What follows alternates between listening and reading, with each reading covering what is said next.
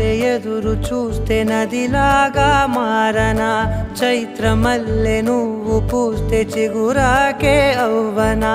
నన్నే వరించే యువరాజును అంట నీ యువరా